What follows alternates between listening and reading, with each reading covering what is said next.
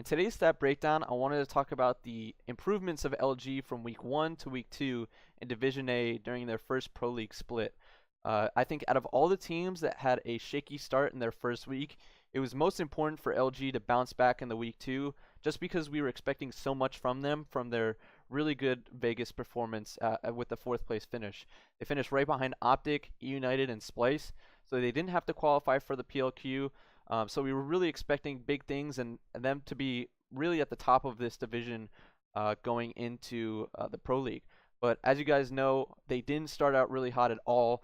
They went 0-3 in their first week, losing to Red Reserve, Reciprocity, and UIU. Three teams that aren't really too good in that division. So it's not really like they were losing to, like the top teams. They were losing to those mid-tier or lower tier teams. I think going into the week 2, they ended up losing to Gen G as well, but they did bounce back against EG, Midnight, and Optic Gaming. So let's look at their week 1 stats. In their records, Hardpoint 1-5, SD 1-3, and Control 2-1. So throughout the 2 weeks, their Control was really their saving grace, and they were basically one of the best Control teams throughout the entire Pro League during this first split.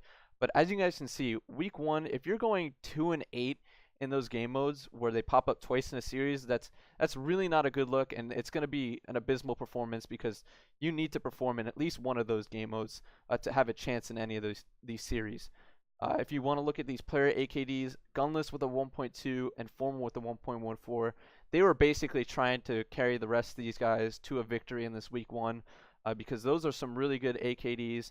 And then you have, on the other hand, Classic with a 0.86, John with a 0.86 as well, and then Slacked with a 0.84.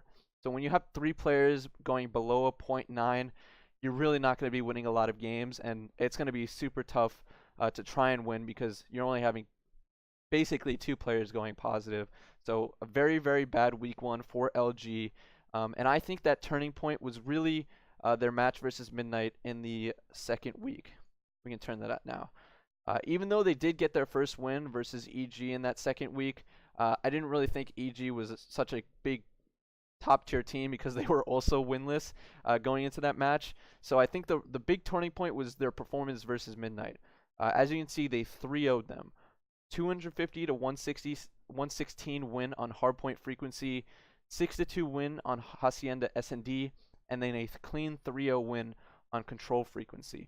So all 3 maps were basically dominant versus a team that we had seen in Midnight that was really, really good in Division A, and they were able to beat them at Hardpoint, the only team to beat Midnight in Hardpoint throughout Division A, and it was a really, really strong showing.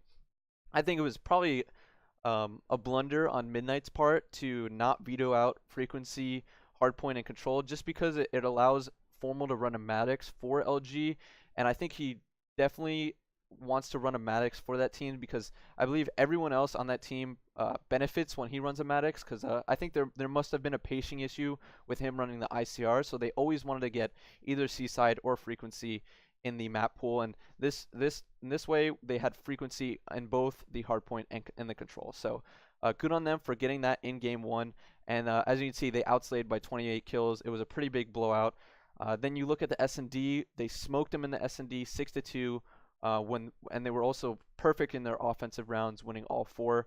And then lastly, in the Control, they had that 3-0 clean win, and they again outslayed them by a ton, and this time 22 kills. So I think this was definitely the turning point, even though it was the second to last match because they ended up going and playing Optic Gaming after this and winning in a game 5. I think this was definitely the turning point because it showed us how well LG can play with all of their team firing on all cylinders. So let's move on to the comparison to their week 2. So as you can see, week 2, they have a Hardpoint record of 3-4, an S&D record of 4-3, and a Control record of a perfect 4-0. If you want to look back at what they did before, they were 1-5 in Hardpoint, and they make that 3-4. I think that's probably because they were basically prioritizing Frequency and Seaside, and they were really, really good at Frequency. So I think that was a really important key veto decision for them to try and get Frequency in those map pools. And then you see with their S&D, they were 1-3, and they improved to 4-3. So again, their Control was really good, but now they were able to get at least even or positive in these game modes that pop up twice in the series. Hardpoint not so even, but it's right there at 3 and 4. If you're going positive in the S and D, it really doesn't matter because if you win both S and Ds and then win all your controls, you'll be fine in that way anyways. So going over to the player AKDs, this is where it gets really cool because you see the improvements of those bottom 3 players, or I should say just John and Slacked.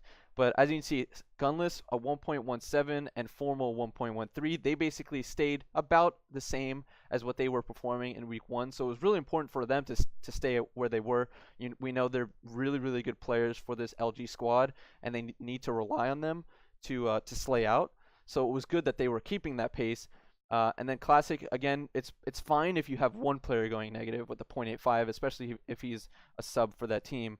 And then you have John, who improved by 0.19 his AKD, going up to a 1.05, and then Slack going up 0.27, which is, I think, the biggest difference out of any player in week 2. Maybe right behind Zero, actually, but right up there, maybe second place, and he boosts up to a 1.11 in week 2. So this improvement was really, really important for LG just because we know what they can do now. That first week, they were probably just getting used to the LAN experience, not playing on LAN since Vegas, and they were probably doing a lot more preparation in the second week. But this second week really showed us what they can be and if they can be a top tier team heading into Fort Worth. So thank you guys for watching. I hope you guys enjoyed another stat breakdown, and I will see you guys later.